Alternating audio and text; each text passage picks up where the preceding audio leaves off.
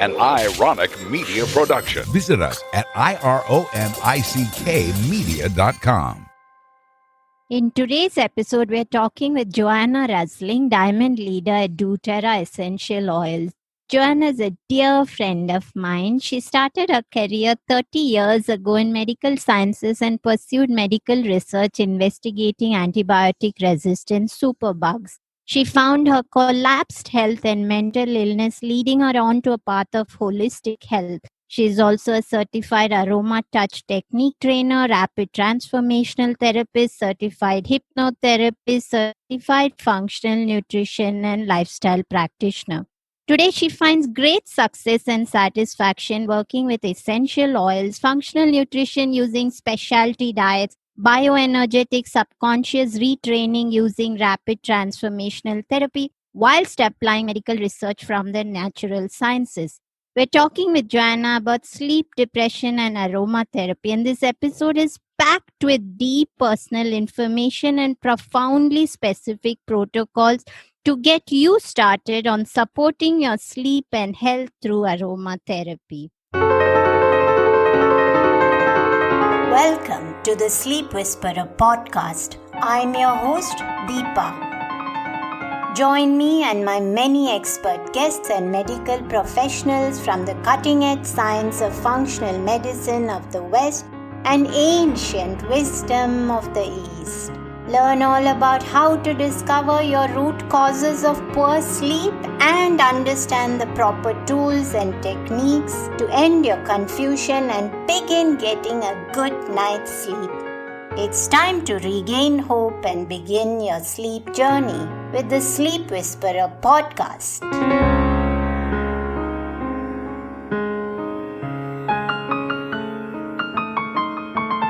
Welcome, Joanna. So how about you just get started on what actually triggered this whole journey? So what was that origin story of yours where your sleep got disrupted? And so how about we get started just with your life story? So what actually brought you from a point of pain to where you are today? And as you know, all of us have that painful journey, which is what is the trigger in this whole direction of healthcare. So I'm excited to share that story of yours before we go anywhere else. Thank you for having me, Deepa. My journey, I was a very busy PhD student. My career background, I was a medical scientist, and I went in down the medical research route. And very stressful, working on a thesis, time deadline, my scholarship was running out. It becomes all-consuming. So I just became so focused. It was my whole world. It was literally sleep, eat, and the lab. And yeah, I was also working part-time as a research assistant. And basically, I burnt myself out and didn't realise the insomnia that I was actually suffering from. I got to the point where my sleep had become so dysfunctional. And now looking back, I know that actually led into me developing a mental illness, and I was diagnosed with major depressive disorder. When you say sleep disruption, what do you mean by that? What was sleep disruption looking like for you? So sleep disruption, this is before I met my current husband and had children. So it was my later 20s. And I'd become so focused on my PhD and my thesis writing and my research and just trying to get it done with this time crunch of not having any money. My survival was reliant on me being able to pay my rent and other things. And so it was just this D-Day that was looming, and it became such a pressure cooker of stress that actually I can now see, I understand the mechanisms of what went wrong.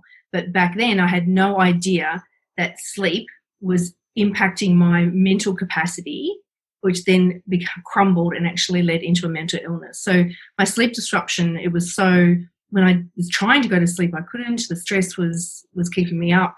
I just couldn't stop thinking about things. And I didn't have any tools at the time. There was a whole range of tools I have now. I didn't have anything or know that there was something awry. And I thought I was invincible. I was, in my 20s, young. You think you're resilient and that you won't become broken or have any illness. Certainly not chronic illness. And as a medical scientist, we didn't get taught a lot about chronic autoimmune or any other forms of chronic inflammatory, apart from diabetes and other things like that. It was not, it was mainly acute situations. So what did rock bottom look like? Was it overwhelm? Was it anger? Was it tears, the inability to communicate? How did rock bottom look like for you personally? Anxiety to such an extent that I couldn't leave the house. To see another human being apart from boyfriend at the time, and I couldn't function. And I just couldn't stop crying. It was almost like I could not go outdoors. I couldn't be outside. It was too expansive.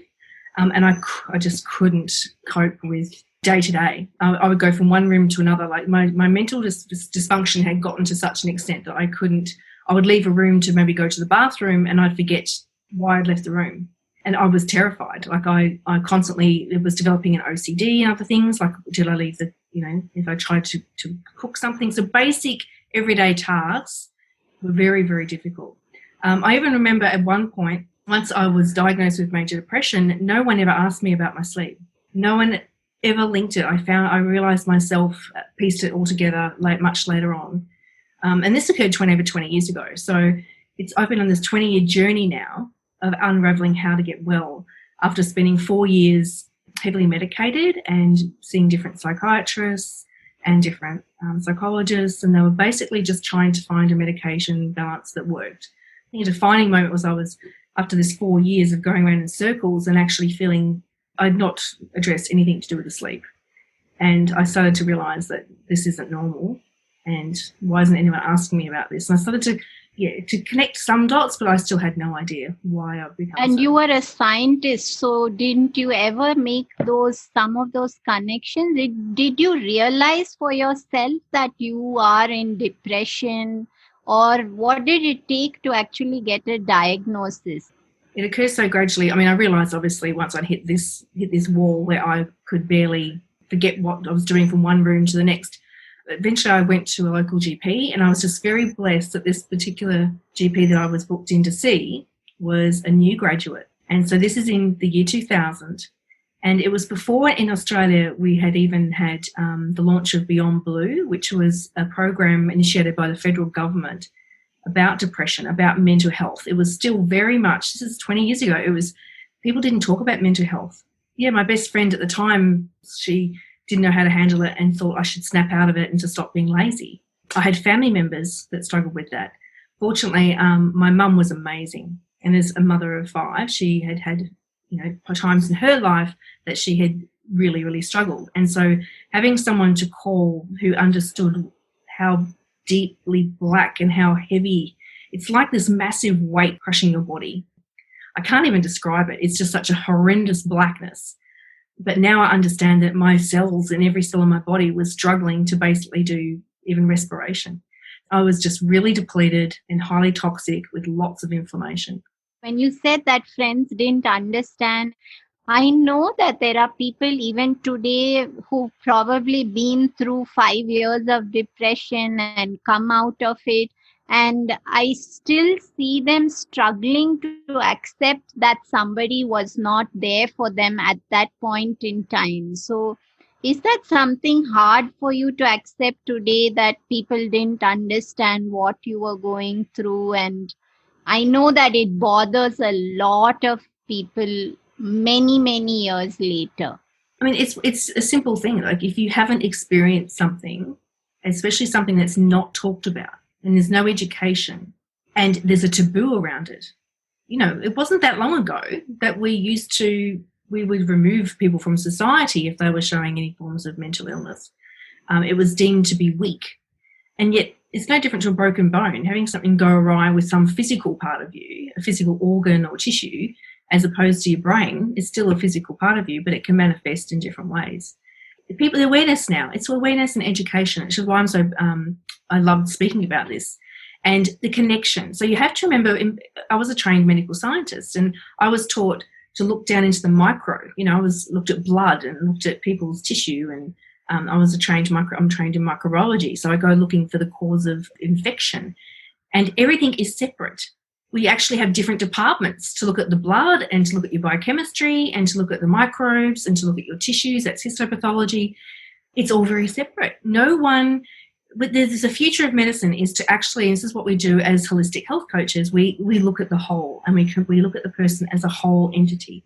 And no one was connecting and asking me, what's going on for you? I'm able to help people so much more now that I have had this experience, and what I needed 20 years ago.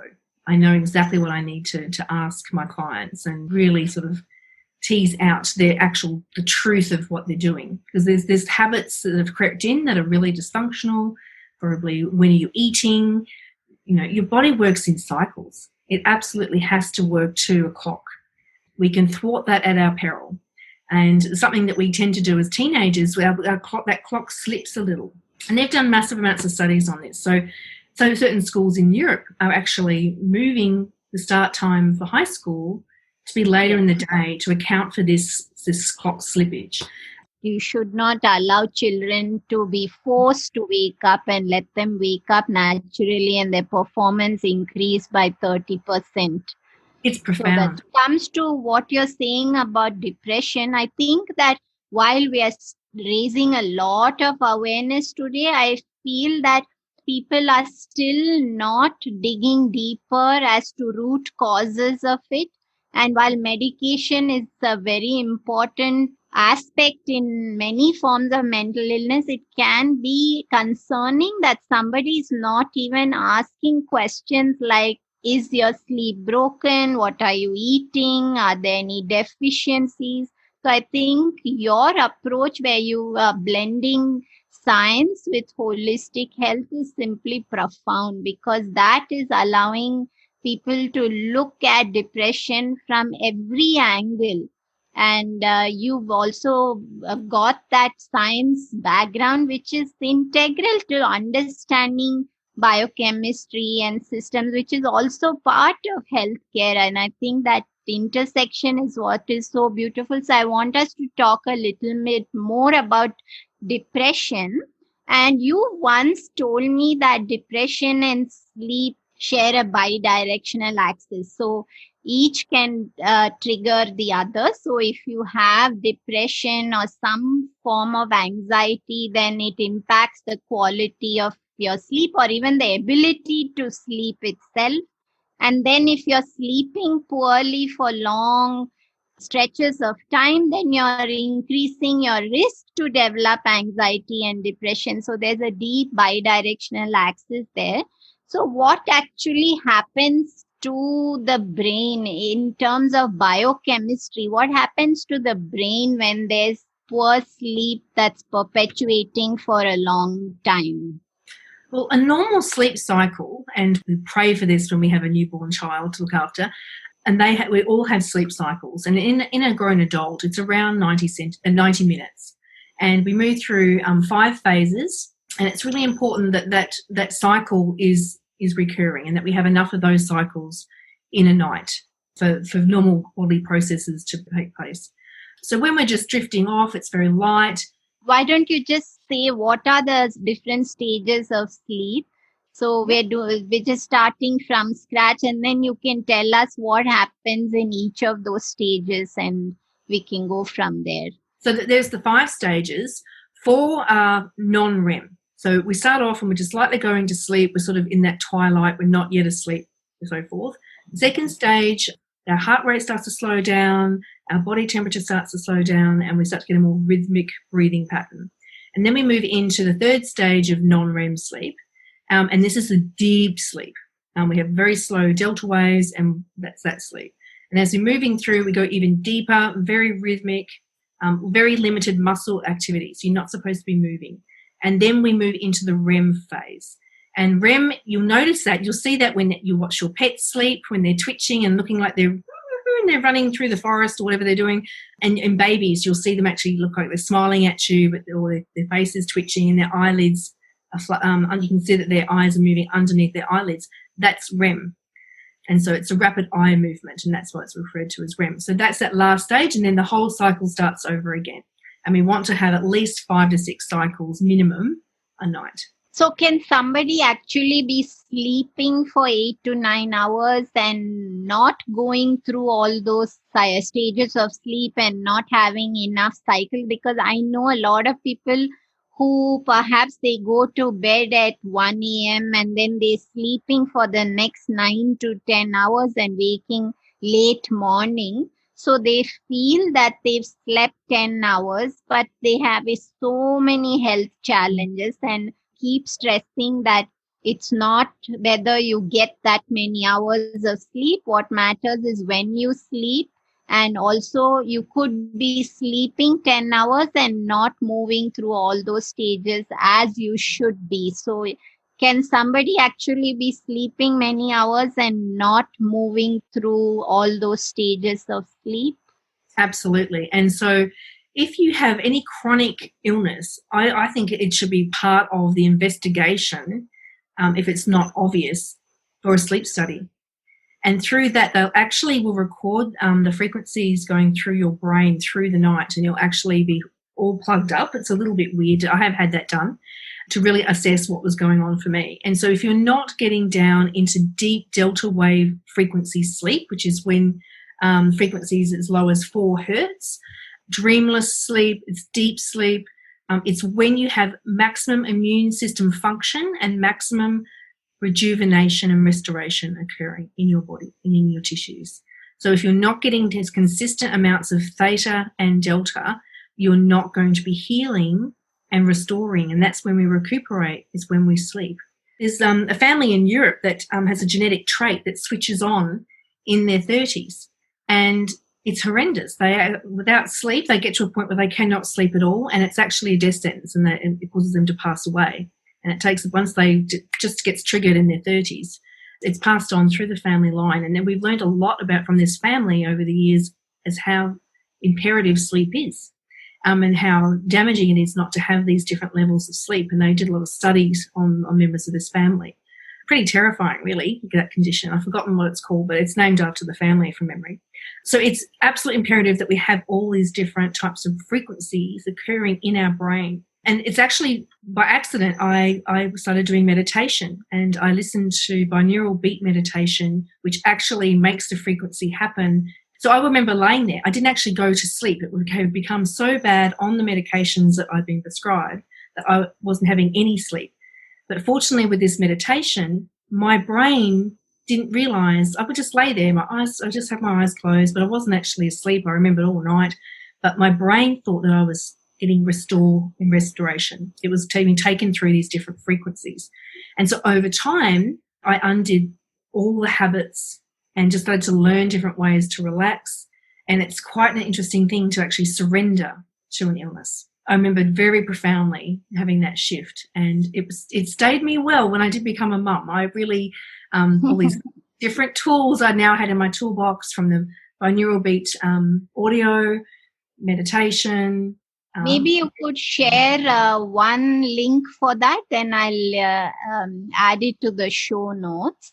You have shown me images of how the body is programmed to do different things at different times of the day. And so therefore we should be sleeping at a particular time and waking at a particular time. And just yesterday I had a conversation with somebody. She goes to bed by about 9 o'clock, and everybody in the family constantly mocks her, especially when they have family gatherings, and they make fun of her, and they are up way into the night eating heavy meals past midnight, and she's actually so comfortable going to bed at 9, and now she's made that a non-negotiable for herself, irrespective of anybody being there.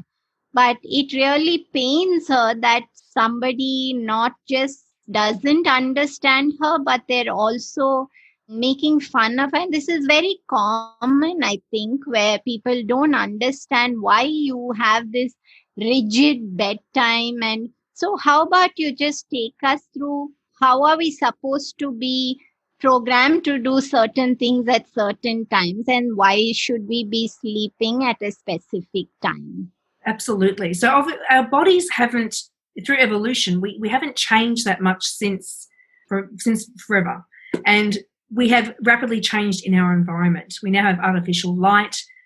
We no longer use candles to sit by. We have very bright lights at night.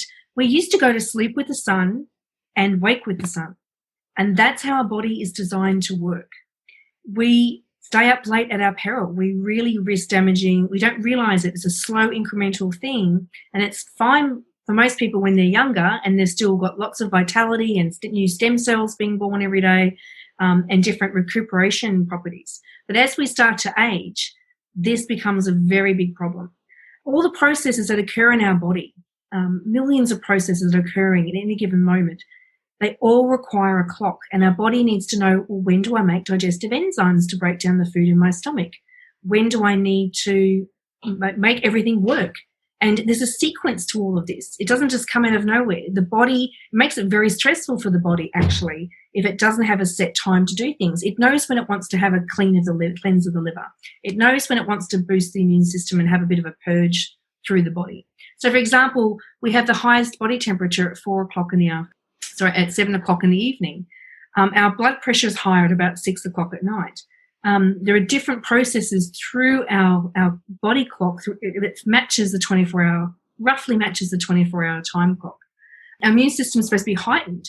So you want to be going to bed so that they say that the hours between 10 and 1 a.m., an hour's worth of sleep in that time frame is worth 3 hours later. So if you're not going to bed till after like midnight, 1 o'clock in the morning, you're really discounting a lot of that amazing restorative deep rejuvenation.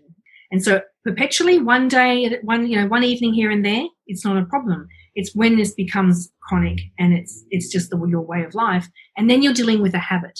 Once you've been doing something consistently for 21 days, you can lock in a good or a bad habit. Either way, it's a habit. Just like we don't often walk out the house without, our underwear on or our watch, it's a habit. We know we're missing something.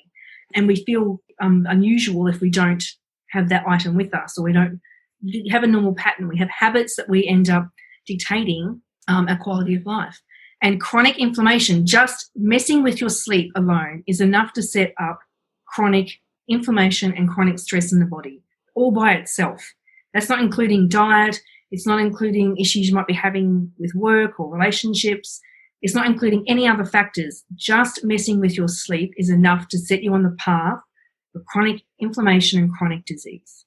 Yes, and I know we're almost halfway through, so I want to make sure I have time to actually discuss what you're an expert about. So you said Diamond at DoTerra, and DoTerra has an excellent reputation in aromatherapy.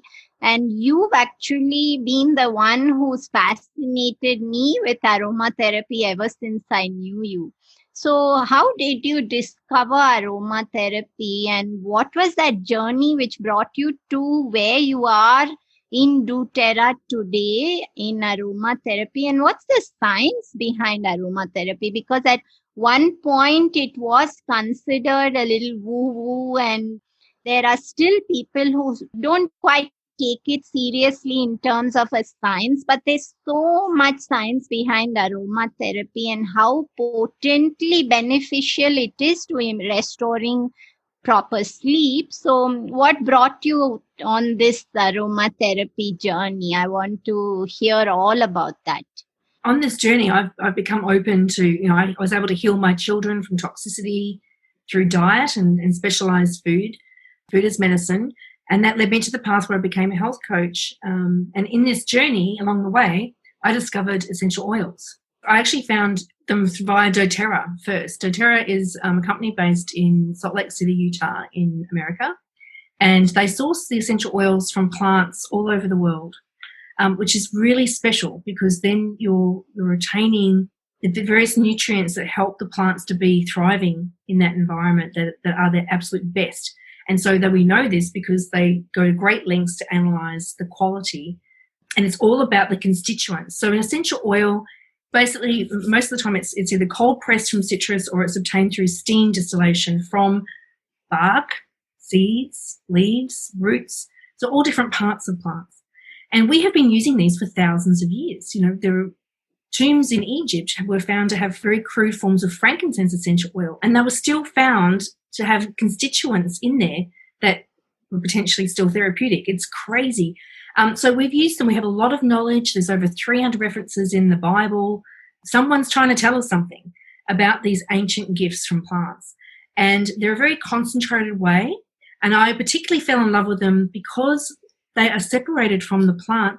Anyone who has any chronic illness and sensitivities, especially lots of inflammation, they can tend to react to certain proteins and other aspects in diet, and that can be a problem. So what I found was essential oils, all that's removed, and it's just unlike full herbs, and it just can be easy for someone to be less intense. It just is a very more gentle way to help the body to start to clean up and do all sorts of different things. And they're highly antimicrobial. So they work on bacteria and viruses, things that shouldn't be living in us. Quite often we're affected through the month. We might have certain things living in and on us that are affected by the moon. And so you have children that maybe wake during the night. There's all these different reasons why we have sleep being affected. Another major thing of why essential oils are so helpful for sleep is how they help us to reduce stress and to reduce levels of cortisol in the body. And there's literally hundreds and hundreds of studies of how even smelling an essential oil directly impacts our flight or fight center, our reptilian brain, our limbic system, which sets off triggers for survival. And so by actually smelling something, we can change that emotional response and change having a constant fear stimulation in our brain. And so over time, we can change our stress. We can change our habits because we can actually help to regulate this limbic system, which is trying to keep us safe, especially turning off our overproduction of cortisol. And that is inversely, it's the cortisol hormone, which is your stress hormone, is inversely proportionally related to melatonin, your sleep hormone. So as one's going up, the other one's coming down. And so that's why stress is so critical. The first thing that's going to impact you is it's going to affect your sleep when you have chronic stress. There are two aspects. So you want to hold on to good memories. So you want to convert those short-term experiences, which are wonderful, into long-term memories. But you also want to release memories that don't serve you.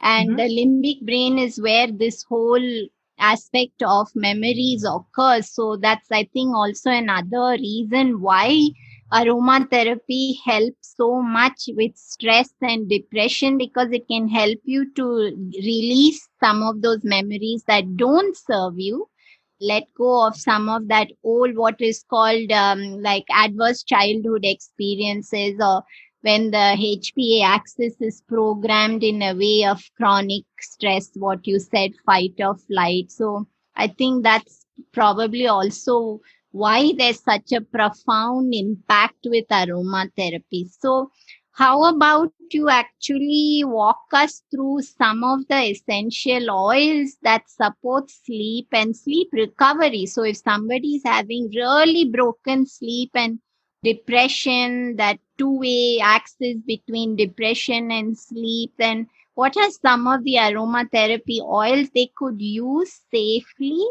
If they don't have anybody guiding them to begin with, where can they begin safely with a gentle approach which is not going to aggravate anything for them? So one of the safest things they can do is definitely look at the quality as best you can. So definitely try and purchase something that's reputable, organic. Unfortunately, there's no regulations, so it does make it very difficult to find something. They all say 100% pure on the outside, but it's actually, you're lucky if there's 1% lavender in there and they've not put fillers and other things. There's no regulation, unfortunately. Quite often our nose knows. Does that make sense? So yeah, just trust your instincts and you'll be drawn. If something doesn't smell right, then it's probably not for you. Inhalation. So actually, your sense of smell directly impacting your limbic system and is very, very powerful. And that can be as simple as putting it into a glass bottle, adding some water, a tiny little bit of salt or a little bit of witch hazel extract if you have it, and making a spritzer for the room. Very safe for children. You can just give it a little light spray on the pillow, or add a couple of drops to a pillowcase. Very safe, effective way to use the essential oil, especially if you're not sure of the quality. And over time, actually changing our habits to have a positive association about going to sleep again. Because often when you've had prolonged issues with your sleep, you've developed habits and you've developed such amazing negative mental thoughts around sleep it. Anxiety, I call it. So the anxiety that you're not going to get sleep that night, it can get so traumatic that you're never sleeping. So every time you go to bed, you go there wondering, am I going to have another bad night? So that sleep anxiety. And it actually then becomes a self-fulfilling prophecy that you just relive over and over. Retraining and having good positive association about going to bed again, developing those sleep habits, really giving yourself self-love and that self-care. And, going back to basics and treating yourself. If you were treating, if you're looking after yourself as a newborn, what would you be doing differently in your life? You would be tucking yourself in, you would be, pampering yourself, giving that little bit of extra care, switching off. So this is the other thing now. I mean, I find sleep issues are exploding because everyone's using devices. And now we're seeing children, especially teenagers, who are already having this disrupted sleep clock, the slippage in their sleep clock is just off the charts. Schools are now banning children from having, they're asking, private schools are asking parents to not allow children to have their devices in their bed. I'm going to stop you for a second because I want to say something that in the present situation that we are in with COVID, and a lot of schools are actually shifting online, and my son's school is online all day long. So they're on the system from 8 in the morning to 3 in the evening. And this is not a situation that's likely to change for a while, simply because it's either that or stopping school altogether. So this is a real issue. So they're going to be on that device. So if suppose somebody had, even adults who have to be on a device all day long, there should still be something they can do to safeguard themselves, perhaps a few hours before they have to actually sleep. So maybe you could just go there quickly and then take us through the different aroma oils. So a great point is, if it's during daylight hours, it's not as big of an issue.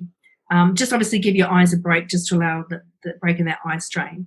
With that as well, make sure you're getting some daylight around your eyes during the day. That's actually how we reset our melatonin, our sleep hormone in our bodies. It's actually exposure. So don't always have your sunglasses on every moment that you are outside. You need some sunlight getting in, and having vitamin D affect that clock, that melatonin sleep hormone.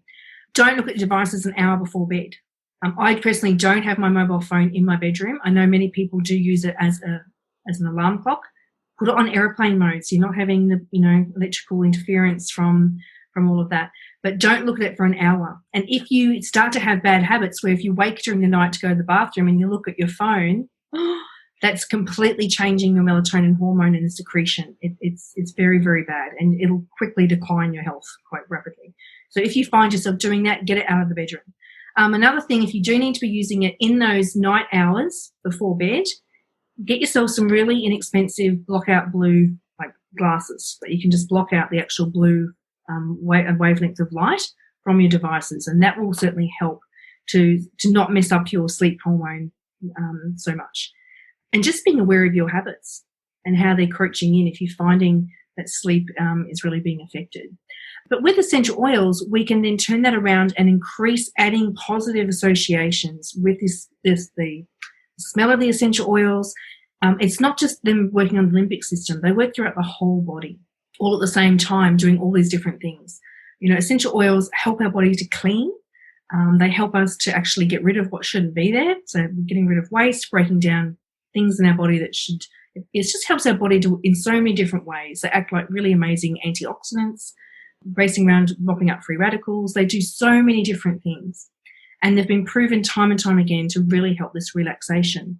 And that's where we bring back in the relaxation, assist sleep processes just to kick off in your body, get going. That's when we can have amazing sleep. So for that, so many oils can help you with that. Some of the big guns that I would use if there's been chronic long-term stress are definitely things like Melissa, vetiver oil as well. Vetiver is from the root of this really amazing tough grass. And when you look at the actual root structure, it looks like the brain. It looks like all the nerves in the brain. So it's no wonder that that's very supportive of restoring and calming the brain and the nerves. Things like ylang ylang, beautiful, considered an aphrodisiac as well. So you use at bedtime with your partner. Clary sage, helping to support hormones. What is waking you up? So you need to get to become a bit of a detective So is And that something that if somebody can't actually afford a practitioner, they can still find ways to just pay attention and just get to the root of that? They don't have to have somebody always guiding. I think if they just become a little bit more aware, do you think they can actually get to the roots of that by themselves? absolutely. And just to write down what they're experiencing, and they'll be able to tease out. So maybe they have no problems actually going to sleep, and they do have good sleep hygiene, and that they're getting off their devices and not having stimulants and lots of coffee and things late at night. I know many people women going through menopause cannot eat past 8 o'clock. They know they won't sleep. So people are aware of what some of their triggers are. Like really chilly, hot, spicy food. For some people, they just don't sleep well all night.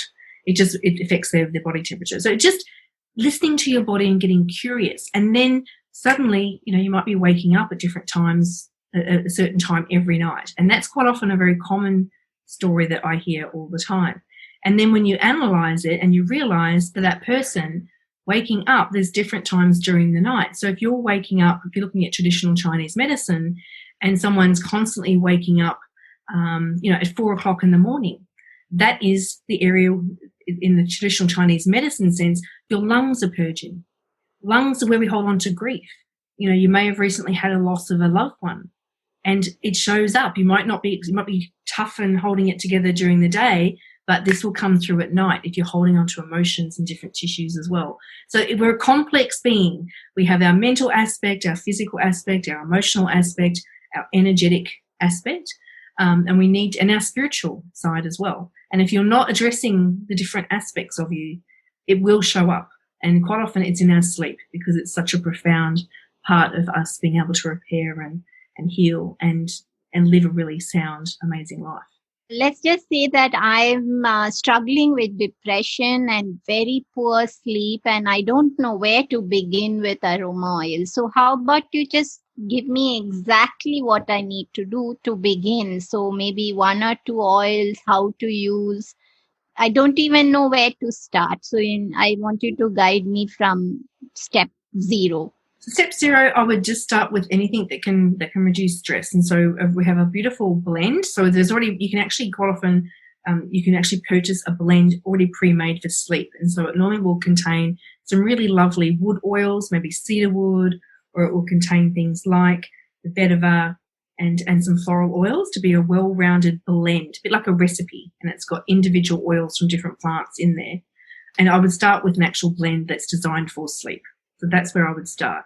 And often they're designed in such a way to help you reduce that stress, to help to lower your cortisol, to start to get more positive association with sleep, and just to actually be able to relax is often just what you need.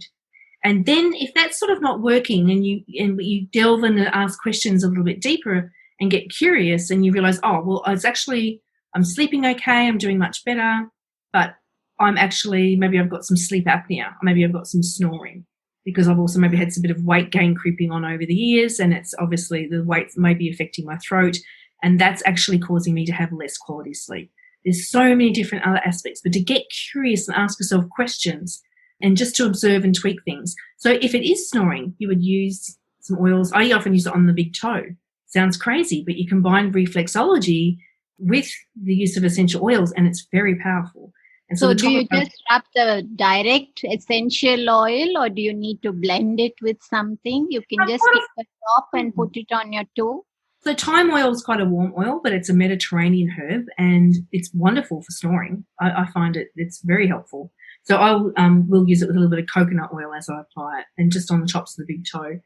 Or you can also use it in a diffuser. You can get electronic diffusers that don't heat the oil. So good quality oils of doTerra's quality, we don't want to burn them with heat. We actually use cold diffusion in an ultrasonic diffuser with some water, and you add the drops in and you have that going. And the fine mist. So essential oils are volatile aromatic compounds. They're very tiny little compounds that are so light they float in the air, and we breathe them in. So taking them up into our lungs is a very efficient way to also affect our limbic system, help them to go into our respiratory system, and then go throughout our body. So that's a brilliant way to be diffusing. And you can have that on before you go to bed, and so it makes it so much quicker for you to be able to drift off and have a really relaxing. And I remember you even telling me that you can just drop a few drops of aroma oil on the floor when you go in for a shower and you'll still get the benefit. That sounded amazing to me, because sometimes when you're in a hurry and you're feeling a bit stressed, that can be a great way to actually quickly get some self-care in.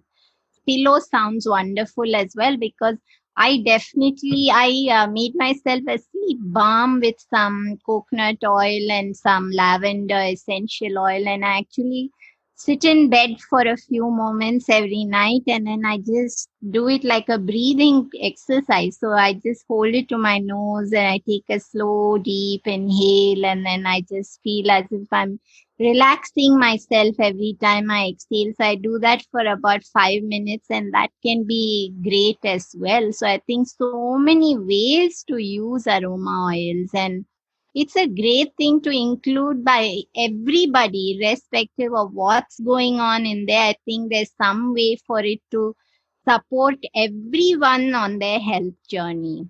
One of the things, Joanna, is that about 100 million people globally are actually diagnosed with sleep disorders, and that's just who's diagnosed. So there's so much more beyond that who are struggling with day to day, and they're just ignoring it as lack of sleep. But as we spoke throughout the episode, that can be really devastating on health and increasing inflammation.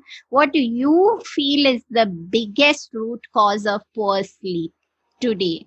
The number one root cause is how stress impacts cortisol, and how cortisol is inversely, it's a relationship, it's a dance between cortisol that rises to wake you up in the morning. That's what wakes you up, is that you have low melatonin and you have a burst of cortisol. That's what gets you going to wake up. And we need these two hormones to have this dance. And if you have way too much cortisol, it immediately impacts your sleep hormone. And this is the biggest issue. Then once things go awry, you're not getting sleep, and it becomes a self-perpetuating horrendous cycle that just gets worse and worse. Then you start seeing you craving carbohydrates and stimulants to keep you going through the day. Your diet starts to slide. We all have a much shorter fuse. We're emotionally more challenged, and we just make poor decisions. If this goes on for too long, you then actually shut down your ability to use the frontal lobe of your brain to actually have logical thinking. And you literally create massive stress in your brain. And you affect memory, as you say. So if you're not getting enough cycles of REM during the night, during the different sleep phases of 90-minute cycles, you're not able to lay down memory. So if you're a student and you're studying, you're not remembering. You maybe have the best study habits in the world, but you won't lay down the neural networks that you need to remember what you're learning. You judge yourself. You don't often. Who knows this stuff?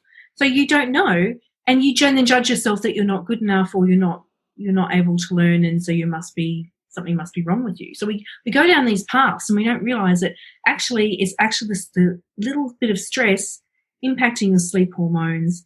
You're not able to correct that, and it actually then becomes a vicious cycle, and it starts to affect so many other organ systems, especially your hormones and things too. And when you meant the frontal lobe, I'll just want to clarify to everyone that you were talking about the prefrontal cortex, we want that to be optimally functioning, because it's the area of our brain which is responsible for us making conscious decisions after analyzing using logic, versus the amygdala, where we are just reacting to things without any conscious thought. So which is really important that we work towards our brain health in that direction.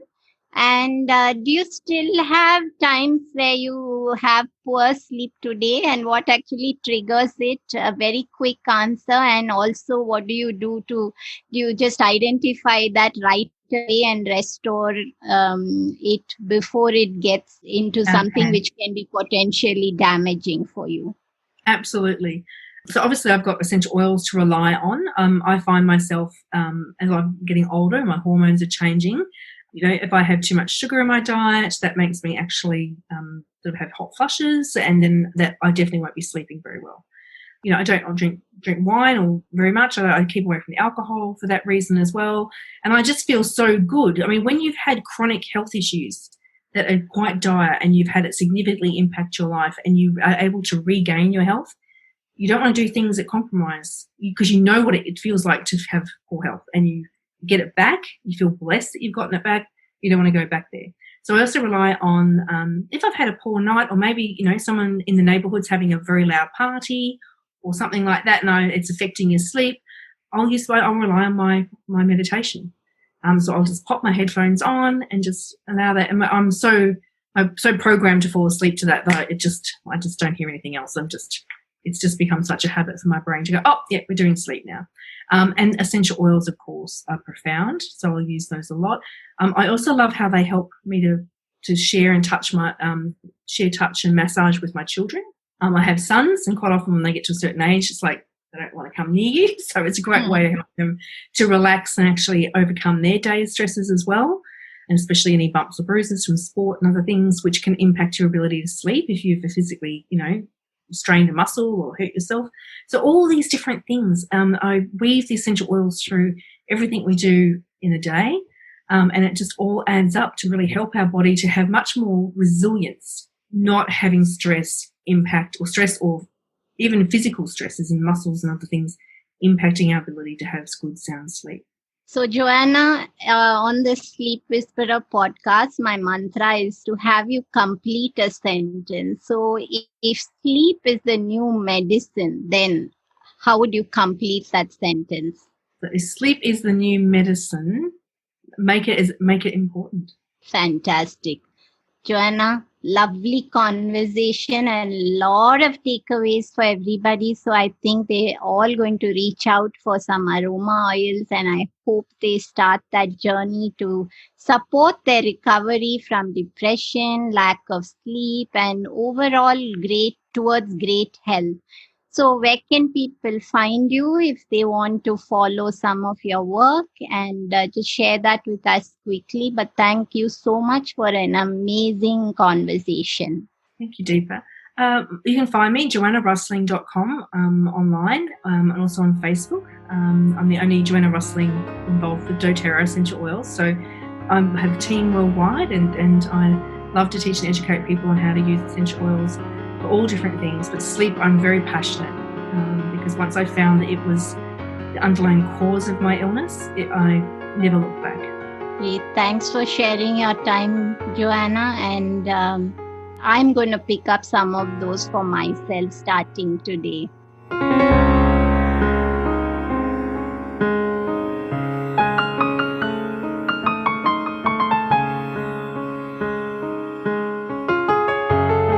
Hey everyone, I hope you enjoyed the show. Just a reminder that this podcast is for information purposes only. This is not a substitute for professional care by a doctor or otherwise qualified health professional.